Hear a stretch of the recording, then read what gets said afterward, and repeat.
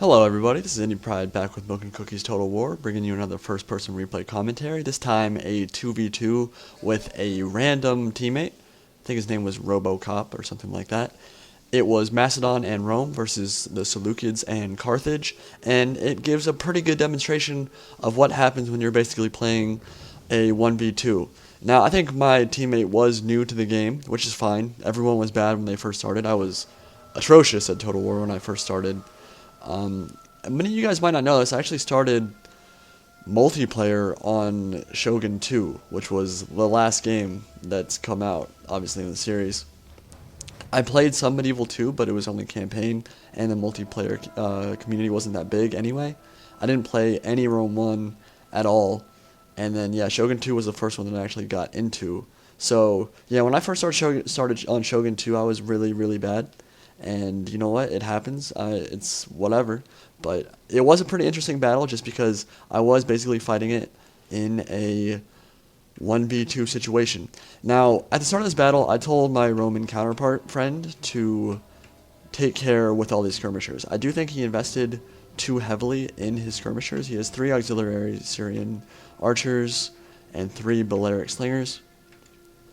And it's a lot of skirmishing power, or a lot of funds in skirmishing. I can't really say that it's powerful.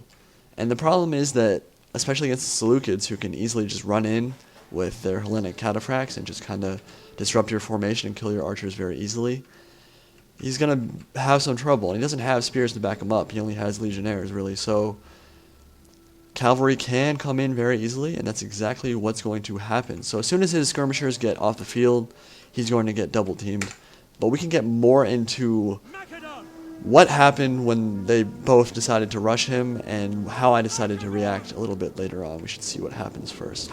Now, at the start of this battle, for some reason, they are hidden. I didn't feel like their army should be hidden, but I guess mine are too. I guess there's just a slight little hill here where you can't see over. And that's why all the armies at the beginning are hidden. But I do want to go over my army setup because I think it is kind of interesting for Macedon. No pikes at all whatsoever.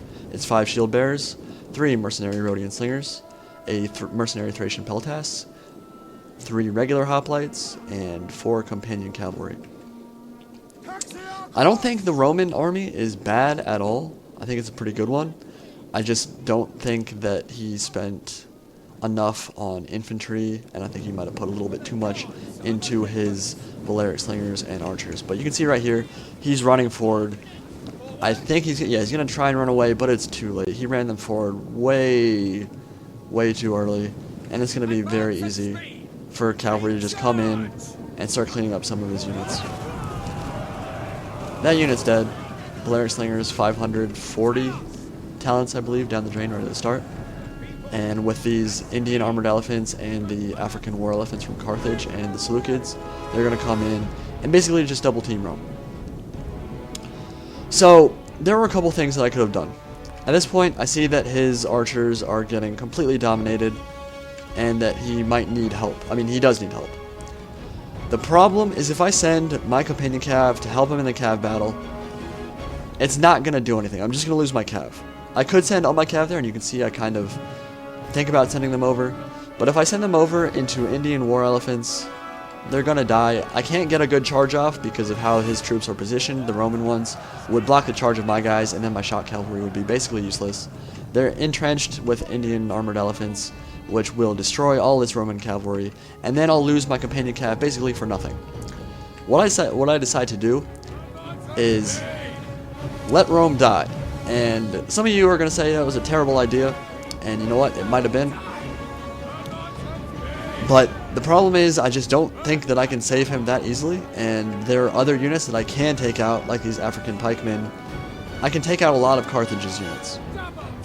And I didn't want to just commit to a fight right away. We have so much invested in the skirmish that I think we should have just taken a long time to skirmish. And it's actually what I said at the start of the battle. I said, I plan on skirmishing. Do not engage your opponent right away. So he ran forward and got his archers caught, and then at that point, he was basically dead. I still have skirmish units.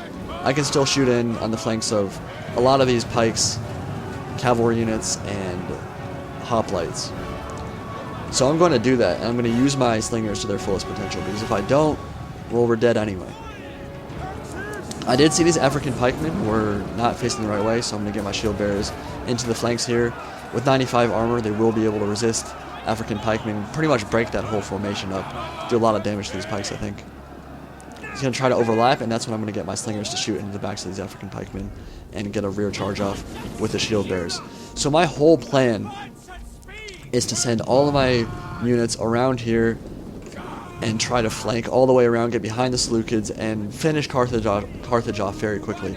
I have better infantry than Carthage does, and so if I can clear his Sacred Band and his regular hoplites off the field quick enough, I might be able to collapse in time and maybe collapse in on the Seleucids' flank on time and do some damage. Maybe even win. It's not looking good for us, though. I was able to clean up those African pikemen very easily. Shield bearers are really fantastic unit. With the 95 armor and the good defense, they have become very, very strong in the latest patches. I saw some exposed Libyan infantry here, so companion cav trample charge right up the middle should do a lot of damage to take them out. And I have two other companion cav over here flanking around. One problem is that I have my shield bearers about to die, but I popped rally and I'm going to pull them out of the fight with the silver shield pikemen so they don't die. And now I see that the Hellenic cataphracts are coming in on my flank, and I've got to take care of them, or tie them down at the very least. So I'm going to send one companion cav in to tie them down. I can't win that fight, but I can hold them down for a while the rest of my hoplites start clearing guys off the field.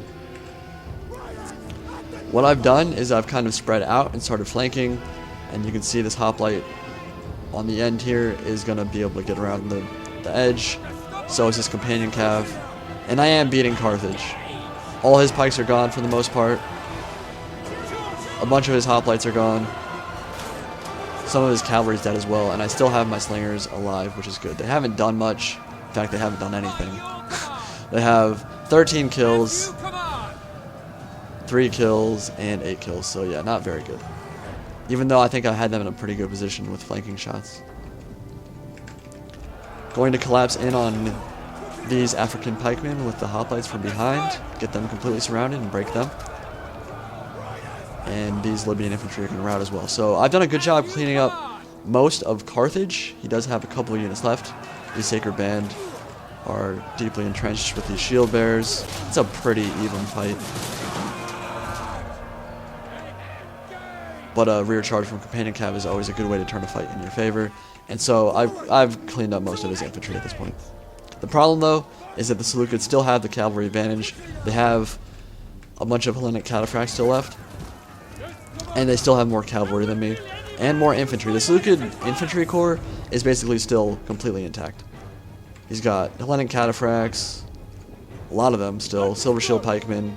He still has Indian war elephants that haven't lost a man yet, and he still has a bunch of pikemen. So this is looking really bad for us. Only way I can really win this is if they make some mistakes and I'm able to tie down their pike units and then flank them,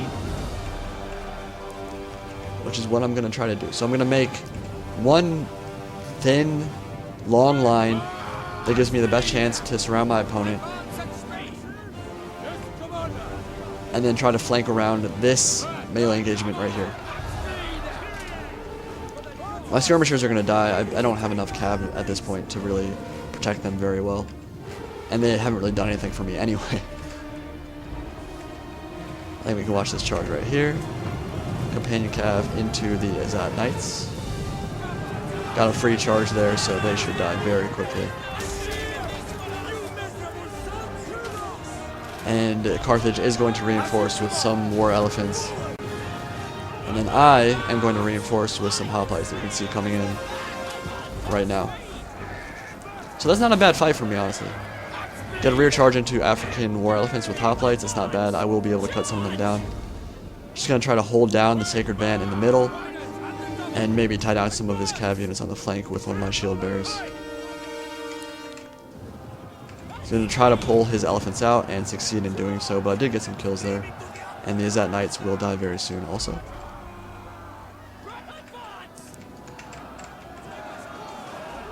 And Rome has been dead for a while now. He died very, very quickly, and yeah, I didn't do a great job supporting him. I wasn't sure that I could, though. I think supporting him in that situation might have been... It sounds silly, like it's a really silly argument that I should have helped him. But he just... All his guys died at the start of the battle anyway. There really wasn't a whole bunch I could have done there, I think. These Indian war elephants tear up Cav very, very easily, as you can see. They have a lot of armor piercing. I'm not actually sure how much armor piercing. I can't check right now. But they destroy companion cavalry in melee. And I am completely routed off the field. So, a couple things that could have been done differently here. I think Rome should have invested less in skirmish units and brought more heavy infantry. That's what Rome is known for, having very flexible, maneuverable heavy infantry. I think he should not have engaged. A mistake a lot of newer players make is when they bring skirmish units, they don't use those skirmish units to their fullest potential. They don't try to get flanking shots with their skirmishers. They don't even really try to kite their opponent at all. They just run forward, shoot 1 or 2 volleys, and then say, okay, well, that's that. But if you're going to bring 6 units of skirmishers, you should use them and not engage your opponent right away. That would have helped a lot. And then, yes, if I had probably sent in my shield bearers right away, it would have exposed my flank to Carthage's hoplites, the Carthaginian hoplites. But I don't know that the battle could have gone any differently considering what happened to Rome. I hope you guys enjoyed it. I did my best to come back from a 1v2 deficit. Otherwise, I will talk to you guys later. Indie Pride, out.